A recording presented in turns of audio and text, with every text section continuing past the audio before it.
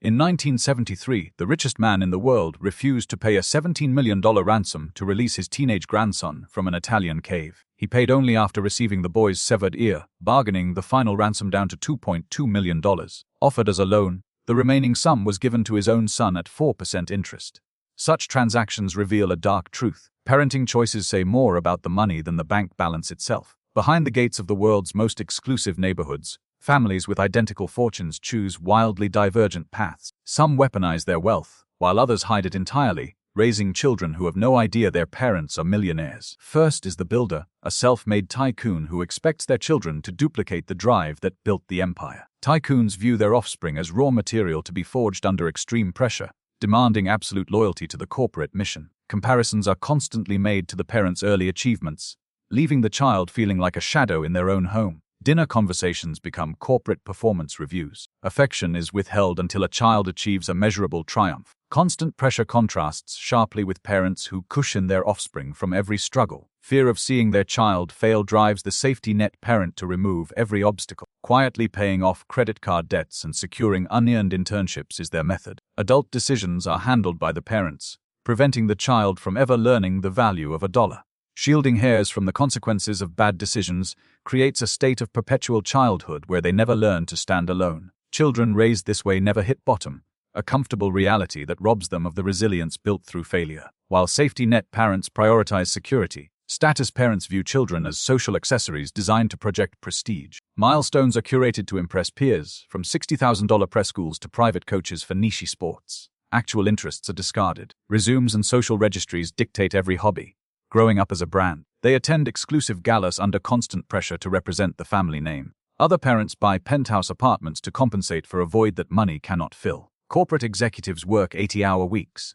Birthdays and school plays are missed. Apologies arrive in the form of overnight packages, each containing a new luxury item to fill the silence. Showering their children with luxury sports cars is their way of buying forgiveness. Wealth becomes a substitute for emotional connection, teaching children to barter their isolation for high-end assets. Mansions sit empty, filled with expensive toys, waiting for a parent who communicates entirely through digital bank transfers. Contrast this with the secretive rich, who hide their fortunes so deeply that their children grow up believing they are middle class or even poor. Driving old sedans and clipping grocery coupons, these parents are convinced that knowing about the family wealth will destroy their children's work ethic. Frugal habits are drilled into the children, who buy second-hand clothes while their parents accumulate commercial real estate. Truth comes later, often on a 25th birthday. That is when parents reveal a family trust worth $10 million.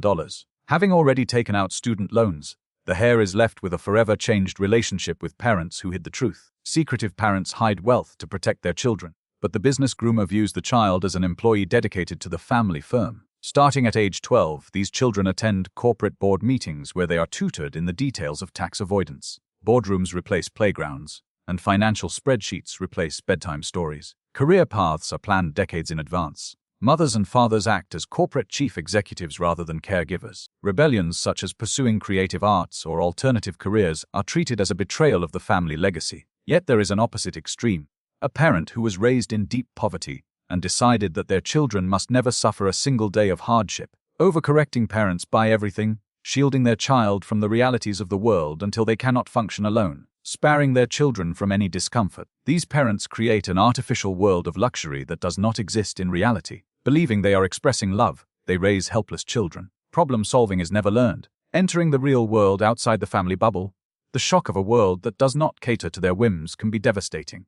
Hardship is avoided by some, but others take this lesson to its ultimate conclusion by ensuring their children inherit nothing at all. Inherited fortunes are viewed as a slow poison. Rather than leaving their wealth to their family, they sign public pledges to donate their entire net worth to charitable foundations. Future heirs are left with elite educations and perhaps a modest starter home, forced to build their own fortunes from scratch. Tough love avoids the psychological traps of the parent who keeps their children on a permanent leash. Control defines the trust fund gatekeeper, who uses the family fortune as a tool to control their children's life choices. Estates are placed into complex legal vehicle. Access to the money is conditional, requiring the heir to remain employed and submit to regular drug screening. Incentive trusts match the heir's salary, meaning a child who paints or teaches inherits almost nothing. Attorneys handle the family relationships, acting as intermediaries between parents and children who only speak through legal trust documents. Financial dependence keeps the heir subservient well into middle age. unable to make a single major decision without consulting the trustees. Modest neighborhoods house the normal life insisters, who have millions in the bank yet refuse to buy a luxury estate or even a new vehicle. Suburban streets are where these families live, forcing their children to work entry-level jobs for minimum wage. Modesty is enforced with an iron fist, forcing the heirs to borrow money for gas while their family holds millions in assets. Affluence is a barrier to real life. Teenagers clean toilets and deliver pizzas, unaware of the family's true net worth. Double lives emerge, forcing a child to worry about gas money while knowing their parents own private islands. Every style of wealthy parenting is ultimately a gamble against the heavy gravity of money. Whether they cushion the blow or weaponize the trust fund, the result is rarely what they planned. Invisible scars of a transactional childhood are carried by the offspring of the ultra-wealthy. Offspring inherit the money, but they also inherit the paranoia that created it. Recall the Italian cave in 1973, where a boy lost his ear because his grandfather refused to pay.